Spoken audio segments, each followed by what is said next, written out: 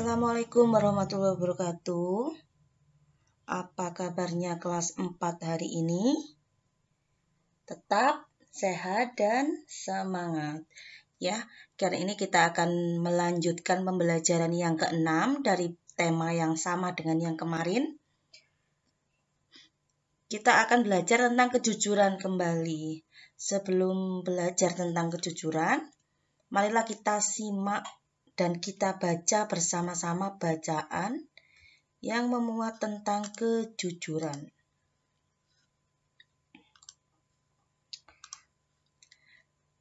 Kita akan membaca dengan judul bacaan Pemimpin Idola Pemimpin yang Jujur.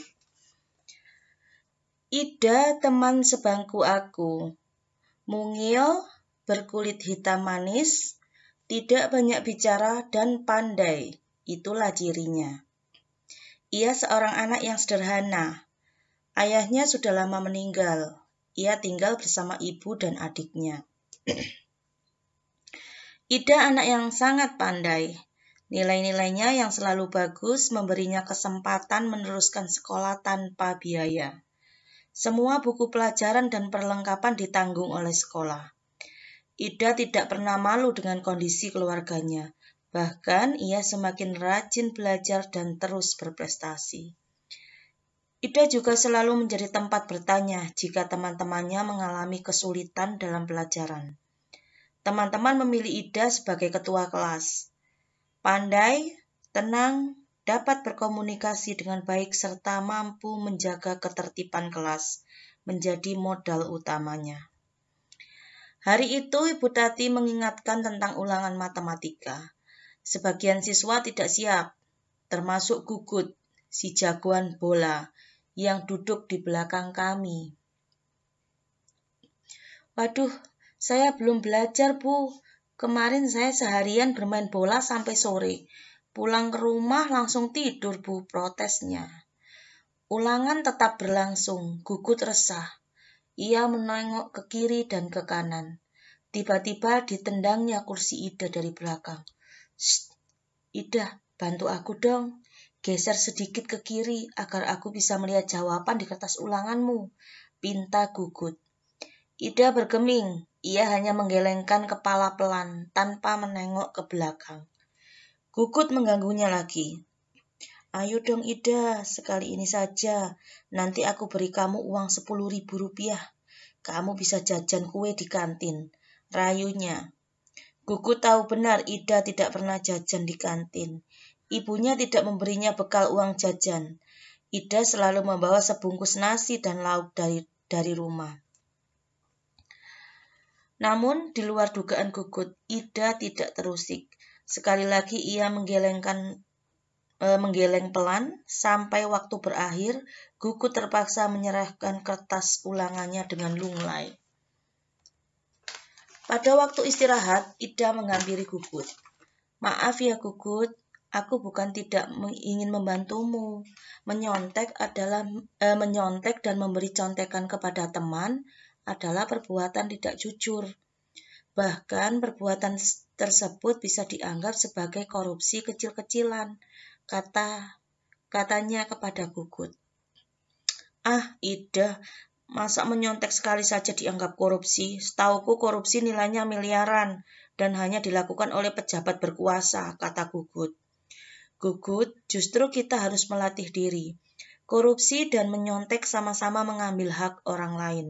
Bernilai kecil atau besar tetap saja tidak jujur. Kita membiasakan diri bertingkah laku lurus. Mudah-mudahan ketika besar nanti kita tidak akan tergoda untuk melakukan korupsi. Dalam bentuk apapun. Ida menambahkan dengan panjang lebar. Aku dan teman-teman sekelas yang ikut mendengarkan percakapan Ida dan Gugut terdiam setuju. Memang tidak salah kami memilih Ida sebagai pemimpin kelas.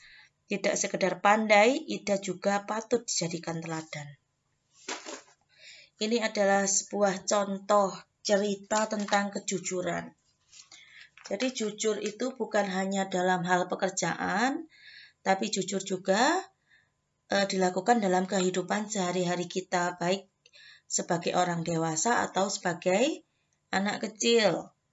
Jadi jujur itu harus diterapkan mulai dari kecil, sedini mungkin.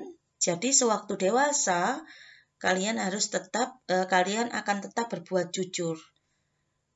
Tidak jujur sama dengan sifat yang korupsi. Nah, kalau kecil saja tidak jujur, pandai berbohong, bagaimana besarnya nanti? Sekarang jawab pertanyaan Bu Guru. Apa kalian suka berbohong? Kalau kalian memang suka berbohong, kalian sebaiknya menghentikan itu dan mulai sekarang harus berbuat jujur. Orang tua tidak akan mengajari kalian untuk berbohong. Pastinya sebagai orang tua pasti menginginkan anaknya berbuat yang jujur. Bukan begitu? Dalam cerita tersebut, jujur adalah salah satu sifat yang baik. Jadi seorang pemimpin, Ida itu kan seorang pemimpin ya, ketua kelas, harus memiliki sikap yang jujur. Bukan hanya pemimpin, tapi anggotanya juga harus memiliki sifat yang jujur. Pemimpin yang jujur tidak hanya membawa dirinya kepada kebaikan, tetapi membawa anggotanya kepada kebaikan pula. Jadi jujur itu merupakan hal yang bijak, hal yang baik. Begitu pula dalam bekerja, jujur juga harus dibawa dalam pekerjaan supaya kita bisa dipercaya oleh orang. Jujur dalam bekerja membuat seseorang dipercaya oleh orang lain, menciptakan citra yang baik di hadapan orang lain dan membuat lebih bertanggung jawab. Kemudian, jika kalian tidak jujur, dampaknya adalah reputasinya hilang. Jadi, dicap orang yang tidak baik dan tidak akan diberi kepercayaan. Itu. Kalau tidak jujur, siapa yang akan percaya pada kalian? Misalnya kalian sering bohong, kemudian terakhir kali kalian tidak bohong. Tapi orang-orang sudah tidak percaya karena kalian sering berbohong. Kemudian dalam suatu cerita ini, orang yang jujur, seperti Ida ini, jujur ya, itu merupakan contoh tokoh protagonis. Kita ingat-ingat lagi pembelajaran yang lalu, ada 3 tokoh yaitu protagonis, antagonis, dan tritagonis. Jadi protagonis ini tokoh yang baik, jujur, itu tokoh yang protagonis. Kalau antagonis, tokoh yang jahat, selalu menentang tokoh protagonis. Sedangkan tritagonis adalah tokoh pemisah antara antagonis dan protagonis. Sekarang kita lihat dulu unsur intrinsik dalam cerita.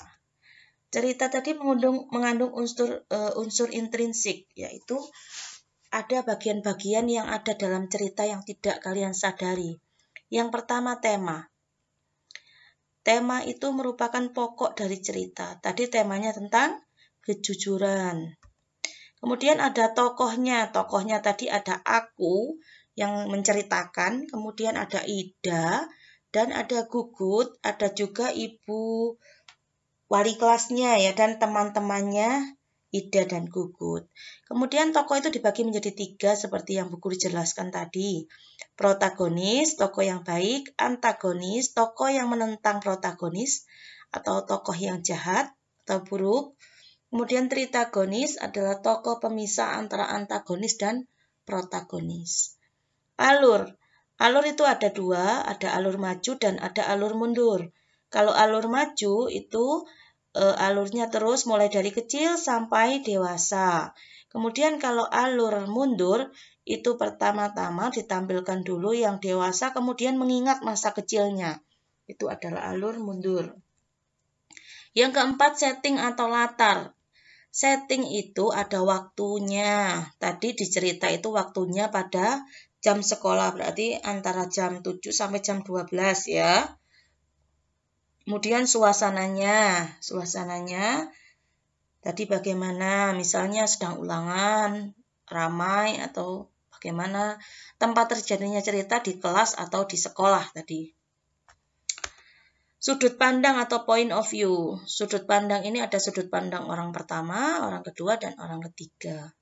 Tadi yang menceritakan adalah aku ya, berarti sudut pandang orang pertama.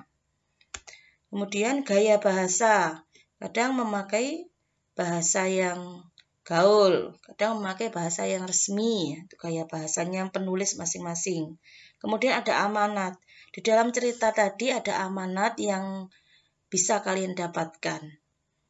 Jadi misalnya tadi tentang kejujuran, berarti amanatnya kita harus jujur mulai dari kecil supaya kita tidak melakukan tindak korupsi untuk masa depan kita. Untuk tugas hari ini itu ada 2, yaitu masing-masing mata pelajaran Bahasa Indonesia dan PPKN. Bahasa Indonesia menjelaskan tentang tokoh dan watak. Ya, ada 5 soal. Kemudian yang PPKN KD 3.1 menjelaskan tentang kejujuran. Silakan dikerjakan, dipahami kembali, diingat-ingat pembelajaran yang lalu. Kemudian baru mengisi refleksi untuk hari ini. Selamat belajar anak-anak, tetap jaga kesehatan. Assalamualaikum warahmatullahi wabarakatuh.